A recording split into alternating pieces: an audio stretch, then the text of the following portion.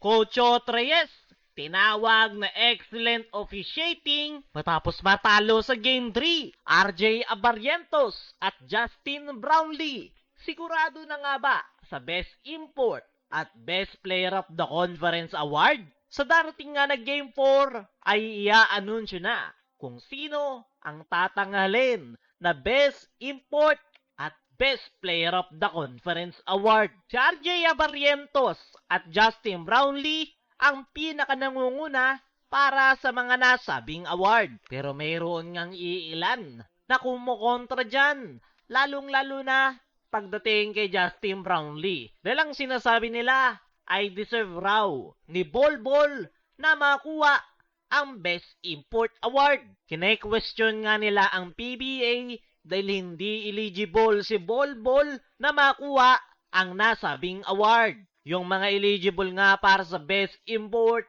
ay si Justin Brownlee, Jalen Johnson ng Rain or Shine, Patrick Gardner ng Meralco, at Chris McCullough ng TNT Tropang Giga. Kine-question nga ng iilan kung bakit mas eligible pa yung mga replacement import gaya ni Patrick Gardner at Chris McCullough na iilang games pa lang ang ipinakita. Sinasabi pa nila na bakit hindi na lang daw ibigay kay Justin Brownlee ang Best Import dahil hindi naman daw pinasok si Bolbol sa nasabing award. Pero ang sagot nga dyan mga chong ay dahil sa matagal ng rulebook ng PBA. Ayon sa rule ng PBA para sa Best Import Award ay kailangan ay at least nakapasok ng semifinals.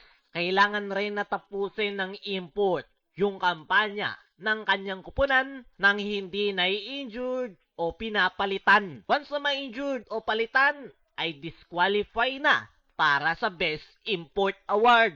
Malinaw na malinaw yung rule na yan. At hindi nga pasok si Bolbol sa requirements dahil na-injured ito at pinalitan ng TNT Tropang Giga. Yung pinakakalaban na lang talaga ni Justin Brownlee para sa Best Import Award ay ang Rain or Shine import na si Jalen Johnson. Dahil kahit eligible yung import ng Meralco na si Gardner at TNT na si Chris McCullough ay hindi na sila aabot dahil malayong-malayo na si Justin Brownlee at Jalen Johnson na naglaro buong conference.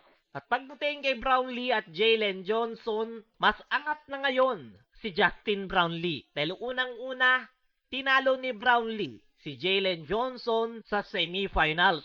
Barangay Ginebra ang nakapasok sa finals at patuloy yung napakagandang pinapakita ni Justin Brownlee para sa kanyang kupunan. Diyan pa lang, very obvious na kay Brownlee na talaga ang Best Import Award. Kaya naman, marami ang nagrereklamo at karamihan sa mga nagrereklamo na yan ay mga haters ng Barangay Ginebra. Siguro kung Rain or Shine yung nakapasok sa finals at si Jalen Johnson yung makakakuha ng Best Import Award ay paniguradong walang magrereklamo. Dahil hindi Barangay Ginebra import, walang rason yung mga haters ng Ginebra para i-hate si Jalen Johnson. At ganyan kalala yung mga haters ng Ginebra. Kahit na obvious na para kay Brownlee yung Best Import, ay gagawa at gagawa sila ng paraan para hindi makuha ni Brownlee ang Best Import Award. Pagdating naman kay RJ Abarrientos,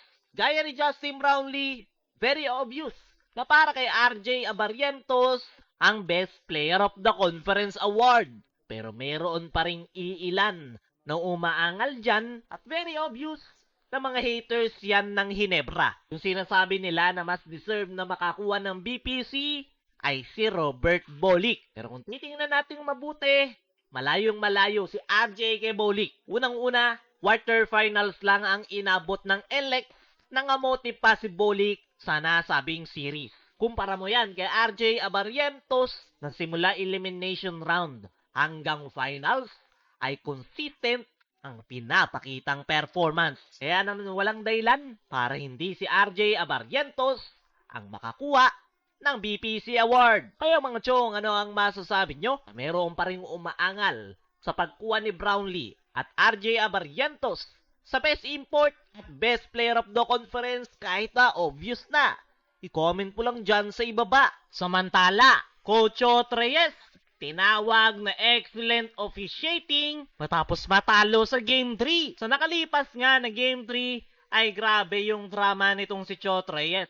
May patawa-tawa, mayroong paluhod-luhod. At ayon sa kanyang naging latest interview ay tinawag nito na excellent ang officiating ng mga referee. Very obvious naman na sarcasm yung sinasabi na yan netong si Chot Reyes dahil halos magwala na nga ito noong nakalipas na Game 3. Isa sa nirereklamo ni Chot Reyes ay yung foul kay Isaac Go. Pero kitang-kita sa replay na bolang-bola naman yung natapik. Sa katunayan, pinagbibigyan pa nga ng referee si Chot Reyes dahil pinag-challenge nila ito kahit wala namang tawag ang referee. Para sa akin, masyado lang madrama itong si Chot Reyes at hindi na yan bago sa kanya. Talo, maraming sinasabi at yan yung tatak ni Chot Reyes. Kayo mga chong, ano ang masasabi nyo? Tinawag na excellent ni Chot Reyes ang mga referee. Ano rin yung masasabi nyo sa mga umaangal kay RJ Abarientos at Justin Brownlee para sa BPC at Best Import Award? I-comment mo lang dyan sa ibaba.